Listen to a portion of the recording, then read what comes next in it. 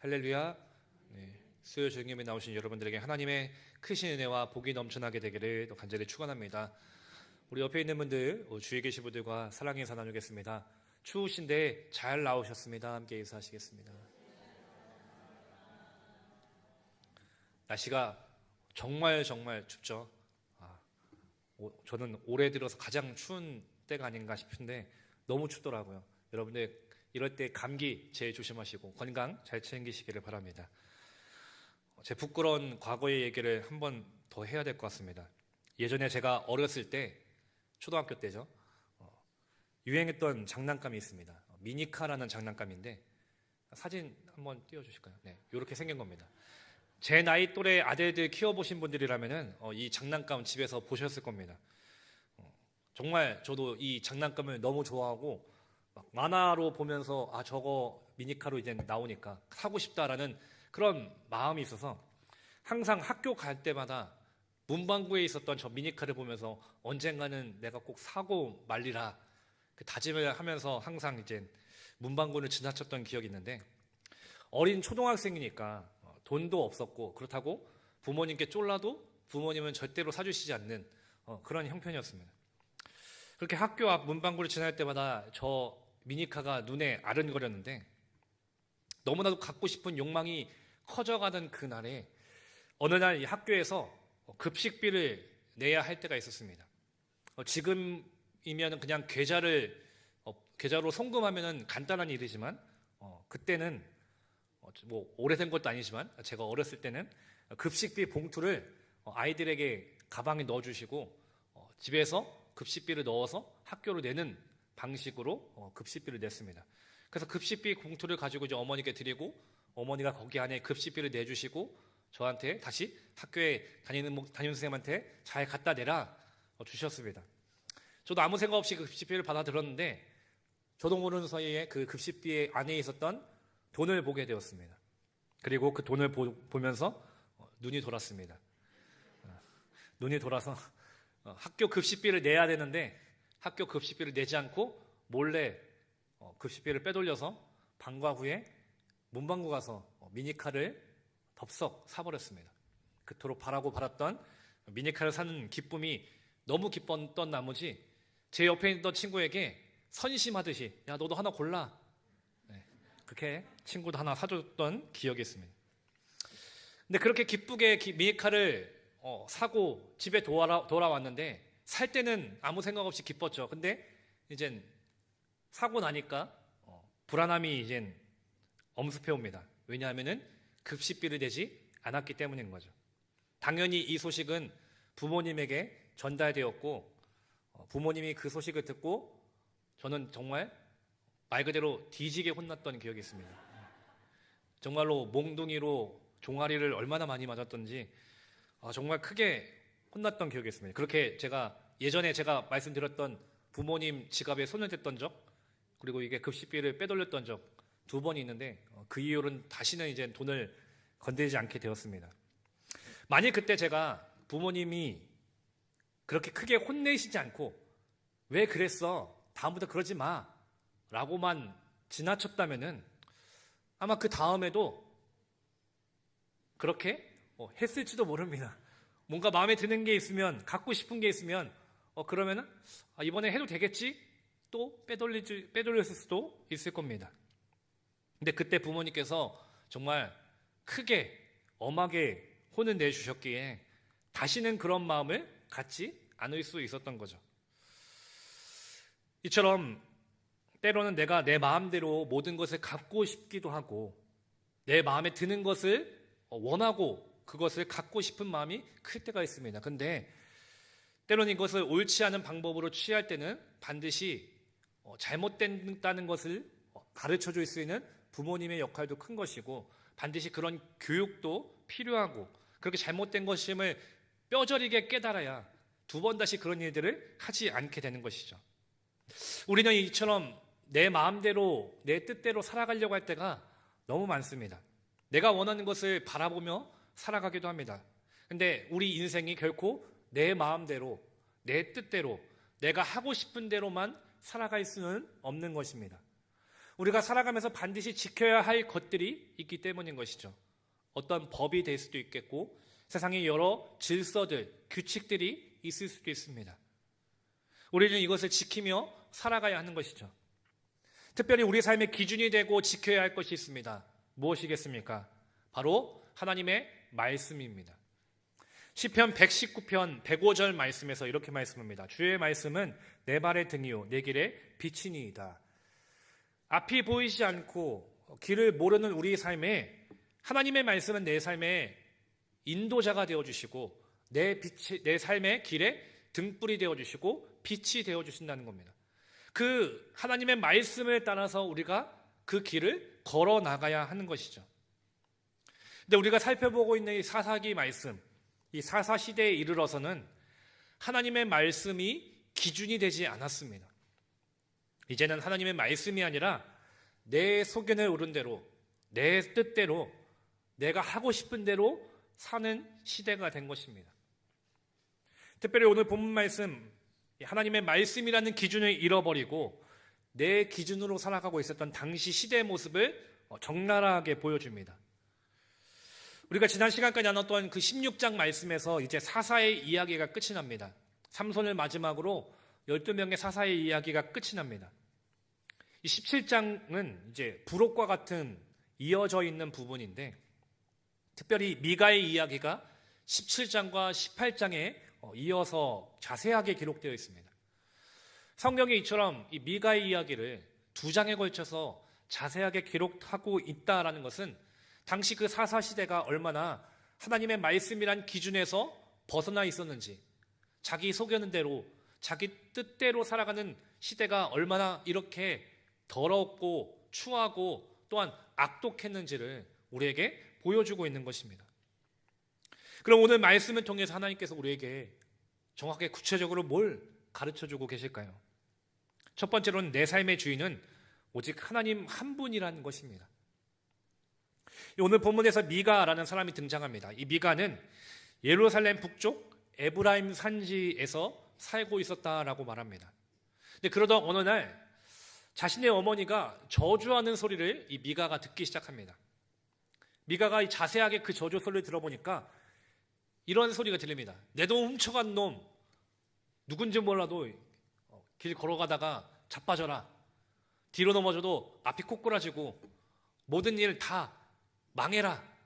약간 이런 식의 저주 아닌 여러 가지 저주들을 내면서 화를 냈을 겁니다. 왜 이 미가의 어머니가 이렇게 저주를 하면서 화를 냈을까? 그 이유를 보니까 이 미가의 어머니가 은 1100세기라는 데는 엄청난 돈을 잃어버렸다라는 겁니다.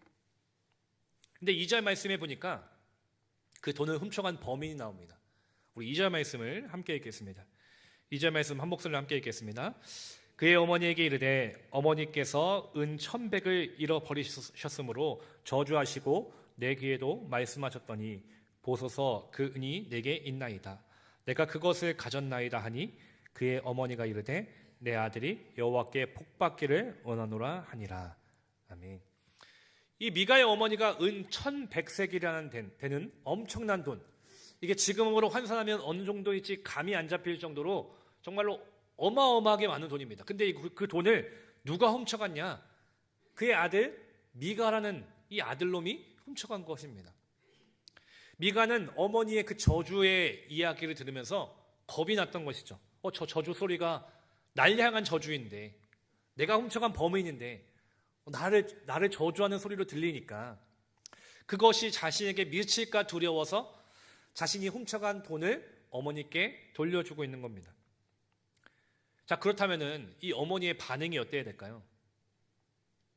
아들이 훔쳐간 돈이라고 줬다면은 그것도 한두 푼도 아니고 10,000원, 20,000원도 아니고 10만 원, 100만 원도 아니고 이 1100세계를 되는 돈은 거의 억 단위일 겁니다. 어마어마하게 많은 돈입니다. 그런 돈을 훔쳐간 아들이 내가 엄마 이렇게 돈을 훔쳐갔어요 줬다면은 뭐라고 반응해야 될까요? 저는 저희 어머니처럼 무섭게 혼냈어야 한다라고 생각합니다.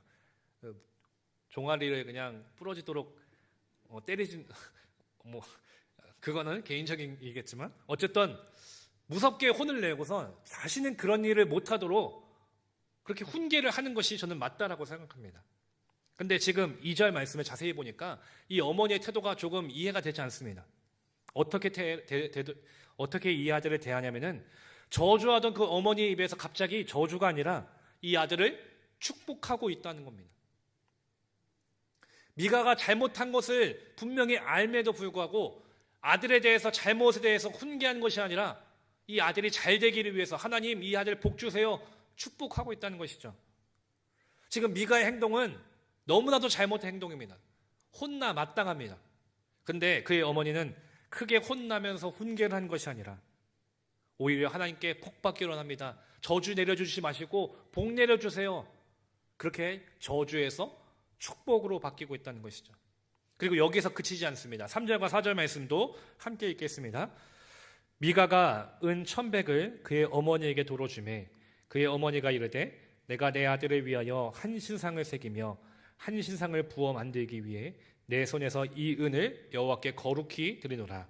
그러므로 내가 이제 이 은을 내게 도로 주리라. 미가가 그 은을 그의 어머니에게 도로 주었으므로 어머니가 그 은 200을 가져다 은장색에게 주어 한 신상을 새기고 한 신상을 부어 만들었더니 그 신상이 미가의 집에 있더라. 미가의 어머니가 한 행동 두 번째는 자신의 아들이 저주받지 않도록 은 200세겔을 가지고 우상을 만들게 한 것입니다. 자신의 아들을 축복한 것도 모자라서 자신의 아들이 저주받지 않기 위해서 신상을 만들게 했다라는 겁니다.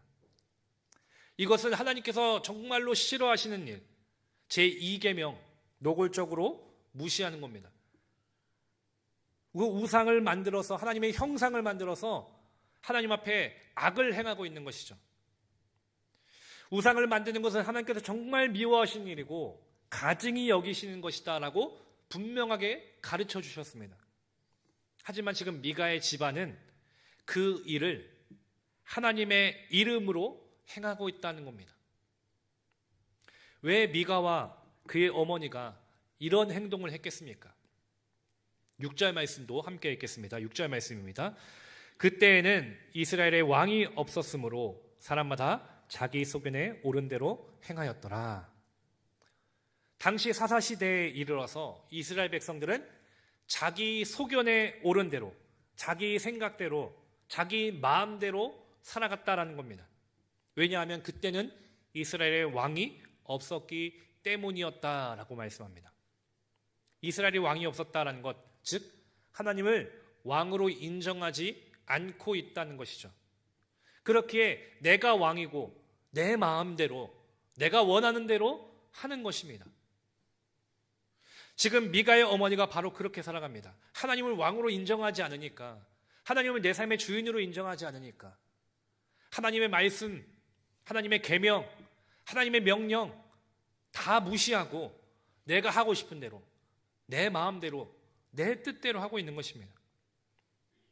분명 하나님께서는 이스라엘 백성들에게 말씀을 주셨습니다. 계명을 주셨습니다. 명령을 내리셨습니다. 하나님께서 가증히 여기시고 싫어하시는 것이 무엇인지 수없이도 많이 말씀하셨습니다. 근데 지금 미가의 어머니는 내 마음대로 신앙입니다. 내가 하고 싶은 대로. 하나님의 말씀이 무엇인지, 명령이 무엇인지, 무엇을 금하셨는지, 무엇을 싫어하시는지 관심 없습니다. 그저 내 아들이 저주받으면 안 되니까, 내 아들이 잘못되면 안 되니까, 그래서 내 아들이 저주받지 않으려고, 잘못되지 않도록 그러면은 신상을 만들면 되지 않을까, 그렇게 스스로 생각하고 판단한 것입니다. 하나님을 왕으로 인정하지 않으니까 이런 잘못들, 이런 죄악들을 저지르고 있는 것입니다. 이처럼 우리는 내게 좋아 보이는 것을 쫓아 살고 내 마음대로 살아가려고 하고 내 생각대로 살아가려고 할 때가 얼마나 많은지 모릅니다. 근데 그렇게 내 마음대로 살아가려고 할 때 우리에게 부딪히는 것이 있습니다. 바로 내 삶의 주인이신 하나님과의 관계입니다. 유교선 목사님의 저서 나는 죽고 예수로 사는 로마서라는 책에 보면은 이런 글귀가 있습니다. 마음대로 사는 삶은 내 마음의 왕이신 하나님을 내쫓는 반역이다. 내 마음대로 사는 삶은 내 마음의 왕이신 하나님을 내쫓아버리는 반역과 같은 것이다. 그렇습니다. 내 마음대로 사는 것은 정말 하나님을 내쫓는 것입니다. 하나님, 이제 내 삶에 필요 없어요. 하나님, 내 삶에 관여하지 마세요. 하나님, 이제 나가세요. 내 마음대로 할 거예요. 하나님이 내 삶의 주인이신데 내 삶의 주인으로 인정하지 않으니까 하나님을 쫓아내버리고 그 자리에 내가 앉는 것입니다. 하나님의 인도하심, 하나님의 다스림 다 거부하고 이제 내 마음대로 살래요. 내가 하고 싶은 대로 살 거예요. 그렇게 우리는 하나님을 쫓아내고 내 마음대로 살아가는 그런 모습은 아니었습니까? 사랑하는 우리 신갈교회 성도 여러분, 내 삶의 주인이시고 왕이신 분은 누구십니까? 바로 하나님 한 분이신 줄 믿습니다. 그렇게 고백하십니까? 그렇게 믿으십니까? 하나님은 내 삶의 주인으로 왕으로 모시며 살기를 원하고 계십니까? 그런데 수많은 사람들은 이 사실을 인정하지 않으려고 합니다. 내 삶의 주인은 무슨 소리야? 나지. 내가 내 삶의 주인이지. 내 마음대로 할 수 있는 거야. 왜? 내 인생이니까. 그렇게 말을 합니다. 그렇게 살지 못하는 자들을 향해서 오히려 미련하다고 말할 정도, 이 세상 많은 사람들은 내 뜻대로 사는 것이 당연하다고 말합니다. 오늘 본문의 미가와 그의 어머니도 마찬가지입니다. 하나님을 왕으로 인정하지 않으니까 하나님의 말씀도 하나님의 계명도 관심이 없는 겁니다. 그 말씀이 기준이 되지 않으니까 말씀에 따르지 않고 이렇게 하면 되겠지, 이렇게 하면 하나님이 복 주시겠지, 저주 내리시지 않겠지, 자신의 생각대로 자신의 판단대로 그렇게 하나님께서 싫어하시는 것인 줄 모른 채 살아가고 있다는 겁니다. 그저 자신의 아들이 저주받지 않기를 위해서 가증한 우상을 만드는 죄를 범하고 있는 것입니다. 그렇게 오늘 말씀에서 하나님의 백성 그리스도인들이 자기 마음대로 자기 소견에 옳은 대로 사는 것은 죄라는 것을 우리에게 분명하게 가르쳐주고 있는 것입니다. 로마서 8장 7절과 8절 말씀에서 이렇게 말씀합니다. 우리 앞에 있는 화면 보시고 우리 함께 읽겠습니다. 육신의 생각은 하나님과 원수가 되나니 이는 하나님의 법에 굴복하지 아니할 뿐 아니라 할 수도 없음이라. 육신에 있는 자들은 하나님을 기쁘시게 할 수 없느니라. 아멘. 육의 생각, 내 마음에 내 뜻대로 사는 삶은 하나님을 거스르는 삶이라고. 결국 그것은 하나님을 기쁘시게 할 수 없다라는 것입니다.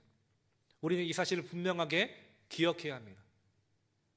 그렇게 우리는 내 삶의 주인이신 예수님을 진정한 나의 삶의 주인으로 모셔야 할 줄 믿습니다. 내 삶의 기준이 내게 있는 것이 아니라 주님께 있음을 고백해야 합니다.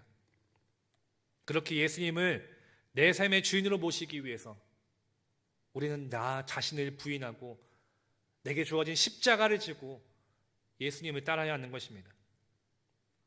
마태복음 16장 24절 말씀에서 이에 예수께서 제자들에게 이르시되 누구든지 나를 따라오려거든 자기를 부인하고 자기 십자가를 지고 나를 따를 것이니라 라고 말씀했습니다. 우리는 우리 안에 있는 그 모든 자아가 죽어야 합니다. 내 욕심, 내 판단, 내 생각, 그 모든 것이 다 십자가에 못 박혀서 죽어야 하는 것입니다.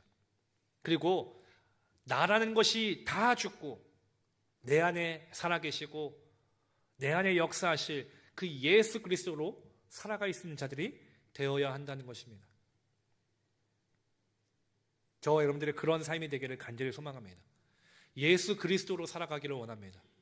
내 생각대로 살아갔던 삶, 내 판단대로 이제는 다 그것을 십자가에 못 박아버리고 내 삶에 역사하시고 능력 행하실 예수 그리스도로 살아갈 수 있게 되기를 간절히 소망합니다. 지금 우리의 모습이 어떻습니까?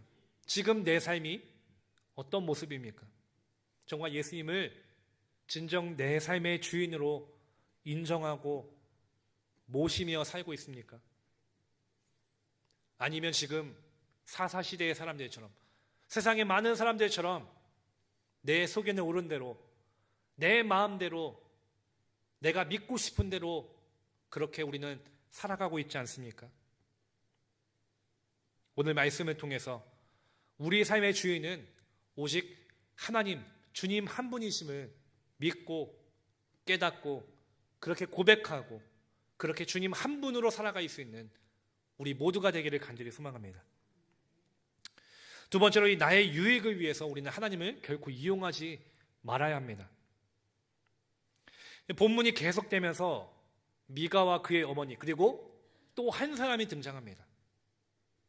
그러면서 이 당시 사회가 얼마나 부패했고 얼마나 죄악 속에 있었는지를 구체적으로 보여줍니다. 이 미가가 신당 안에 각종 신상을 채워놓고 이제 제사장만 있으면 모든 것이 갖춰지겠다라고 하면서 제사장을 찾고 있었습니다. 근데 때마침 한 레위인이 그곳을 지나가게 됩니다. 이 레위 청년은 베들레헴에서 살고 있었습니다. 근데 어떤 이유인지 모르겠지만 이 청년이 그곳에서 더 있을 수가 없어서 머물 곳을 찾아 길을 떠납니다. 그리고 그렇게 길을 떠나서 찾다 에브라임의 산지에 있는 미가의 집에 이르게 됩니다. 아마 이 미가의 집이 부유했기 때문에 그곳에서 거기서 머물 곳이 있을까 하여 아마 그곳으로 왔을 것입니다. 그렇게 미가와 레위 청년이 만나게 되었는데 9절 말씀에서 그 두 사람이 대화를 하기 시작합니다. 우리 9절 말씀도 함께 읽겠습니다. 미가가 그에게 묻되 너는 어디서부터 오느냐 하니 그가 이르되 나는 유다 베들레헴의 레위인으로서 거류할 곳을 찾으러 가노라 하는지라. 레위 청년이 미가에게 나는 레위 사람으로서 머물 곳을 찾고 있습니다 라고 말합니다. 근데 이 말을 듣고서 미가가 속으로 정말 기뻤을 겁니다. 왜냐하면 제사장이 없어서 자신의 아들을 제사장으로 세웠던 것이 미가였기 때문입니다. 제사장만 있으면 완벽한데 모든 것이 다 갖춰져 있는데 제사장이 없네. 근데 마침 자신의 집으로 레위 사람이 제발로 들어왔으니 얼마나 기뻤겠습니까? 그래서 미가는 이 기회를 놓치지 않고 바로 협상에 들어갑니다. 연봉을 제시하고 레위 청년과 계약을 맺습니다. 10절 말씀에 보니까 미가가 그에게 이르되 네가 나와 함께 거주하며 나를 위하여 아버지와 제사장이 되라. 내가 해마다 은 10과 의복 한 벌과 먹을 것을 주리라 하므로 그 레위인이 들어갔더라. 미가는 레위 청년에게 자신을 위해서 제사장과 아버지가 되어달라라고 말합니다. 그리고 그에게 해마다 은 10과 의복 한 벌과 먹을 것을 주겠다 제안합니다. 근데 그 말씀 가운데 미가의 이러한 행동에 목적이 기록되어 있습니다. 그 목적은 무엇이냐면은 바로 나를 위하여입니다. 지금 미가의 어머니는 하나님을 위한다고 하면서 그 행동은 결국 아들이었던 미가를 위한 신상을 만든 것이었습니다. 그리고 그 아들 미가는 만들어진 신상을 신당에 놓았습니다.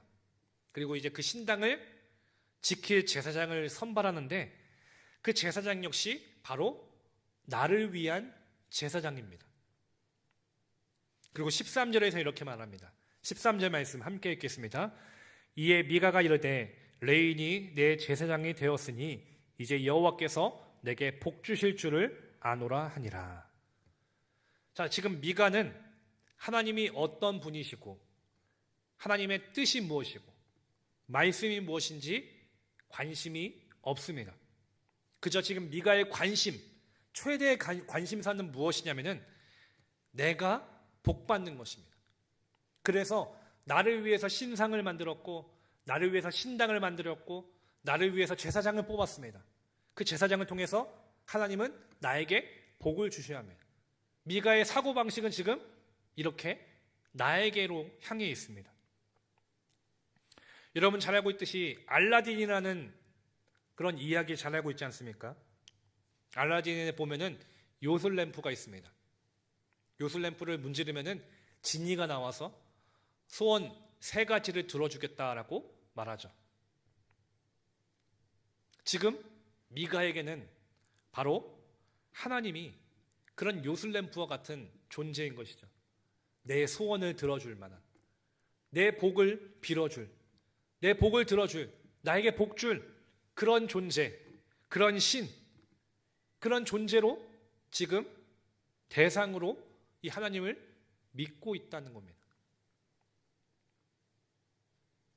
사사시대 시 미가 그리고 레위 청년 이들의 모습을 보면은 종교적으로 당시 시대가 얼마나 타락했는지, 얼마나 이스라엘 백성들이 하나님을 정말로 알기를 정말로 존중히 여기지 않고 얼마나 경멸이 멸시 여겼는지를 말씀을 통해서 알 수 있는 것입니다.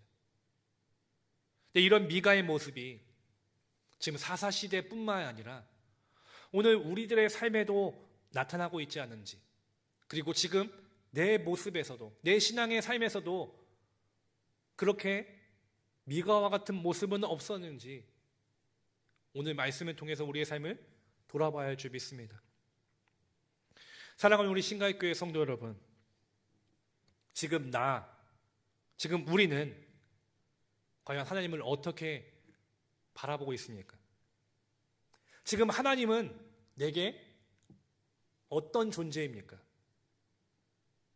내가 하나님을 믿는 그 목적이 과연 무엇에 있을까요? 여러분들 선글라스를 끼면은 선글라스 렌즈에 따라서 세상의 색깔이 보입니다. 파란색 선글라스를 끼면은 온 세상이 파랗게 보이고, 빨간 선글라스를 끼면은 온 세상이 빨갛게 보입니다. 지금 하나님을 향한 우리 눈에는 그럼 어떤 렌즈가 껴 있을까요? 미가와 그의 어머니와 같이 하나님을 그저 내게 복을 주실 분으로만 여기고 있진 않습니까? 우리의 신앙생활이 그저 하나님께 복받기 위해서 그런 수단으로 여기고 있지는 않습니까? 우리가 교회에서 열심히 헌신하고 봉사하고 사역하는 것들, 그것이 하나님을 기쁘시게 하고 하나님을 위해서 하는 것이 아니라, 영혼을 사랑해서 하는 것이 아니라 그렇게 열심히 해서 내가 복받아야지 라는 목적을 가지고 했던 열심은 아니었습니까? 우리는 나의 유익을 위해서 하나님을 이용하는 자들이 결코 되지 말아야 합니다. 그렇게 오늘 말씀을 통해서 하나님을 섬기고자 하는 그 마음을 다시 한번 돌아보게 되기를 간절히 소망합니다. 내가 하나님을 정말 섬기는 이유가 무엇일까? 내가 하나님께 기도하고 하나님을 예배했던 그 목적은 무엇에 있었을까? 나 자신을 한 번 더 되짚어보고 점검하고 회개하고 돌이키는 우리가 되기를 간절히 소망합니다. 당장 제 삶을 돌아만 봐도 저 역시 마찬가지로 하나님을 참 신뢰하지 못했구나. 하나님께 전적으로 내 삶을 맡긴다 했지만 맡기지 못해서 세상의 여러 걱정과 고민들을 여전히 안고 살아가고 있는 저 자신을 발견하게 되었습니다. 내가 하나님 내 삶 가운데 인도하시고 내 삶을 가운데 역사해 주세요 간구하지만 진정으로 내가 하나님 앞에 맡기지 못했다는 것이죠. 여전히 세상의 여러 가지 걱정과 근심을 안고 어떻게 해야 될까? 어떤 게 좋을까? 그런 고민만 안고 있었던 제 자신을 다시 발견하게 되었습니다. 그러면서 하나님 앞에 때로는 왜 안 들어주세요? 왜 안 주세요? 저의 기도를 보니까 어느 순간 달라는 기도만 하고 있던 제 모습을 보게 됩니다. 여러분들은 어떻습니까? 하나님 앞에 감사하며 때로는 하나님 앞에 회개하며 하나님의 은혜를 구하고 계십니까? 아니면 주세요, 주십시오, 달라고만 하고 있지는 않습니까? 이런 나 자신을 돌아보니까, 오늘 말씀을 통해서 돌아보니 얼마나 부끄러운지 모릅니다. 그러나 그럼에도 이런 우리를 하나님은 포기하지 않으시고 사랑하시고 구원해 주셨다는 것에 너무나도 감사했습니다. 이런 자격 없는 나인데 맨날 달라고만 하고 왜 안 주냐고 불평만 하고 맡긴다고 해놓고 맡기지 못하는 나인데, 그럼에도 이런 자격 없는 나를 용서해 주시고 나를 사랑해 주시고 나를 자녀 삼아 주신 것이 정말 감사했습니다. 그 은혜가 있었기 때문에 부족해도 그럼에도 지금 이 자리에 설 수 있지 않았을까. 그 은혜에 다시 한번 감사하게 되었습니다. 사랑하는 우리 신갈교회 성도 여러분, 우리는 이제 내 마음대로의 신앙이 아니라 하나님을 위한 신앙으로 살아가게 되기를 소망합니다. 뭔가를 그냥 하나님 앞에 달라고만, 내 마음을, 내가 원하는 것을 달라고만 했던 신앙에서, 그냥 내 마음대로 살아가기 위해서 하나님을 이용했던 그 모습에서 이제는 그 삶을 돌이켜서 하나님을 기쁘시게 할 수 있는 삶, 진정으로 하나님께서 원하시는 삶이 무엇인지를 내 삶을 통해서 다시 돌아보고 돌이키고 그렇게 주님 앞에 나아갈 수 있는, 주님께 내 삶을 맡길 수 있는 우리 모두가 되기를 간절히 소망합니다. 주님은 이런 나도, 이런 자격 없는 나도 사랑하십니다. 그리고 나를 쓰시기를 원하십니다. 우리 모두가 그 주님 앞에 다시 정말로 전심으로 모든 것을 내려놓고 그 주님 앞에 나아가며 오직 주님 한 분으로 만족하고 그 주님을 내 삶의 온전한 주인으로 모실 수 있는, 그래서 정말 주님 앞에 기쁨으로 영광 돌릴 수 있는 우리 모두가 되기를 간절히 소망합니다. 기도하시겠습니다.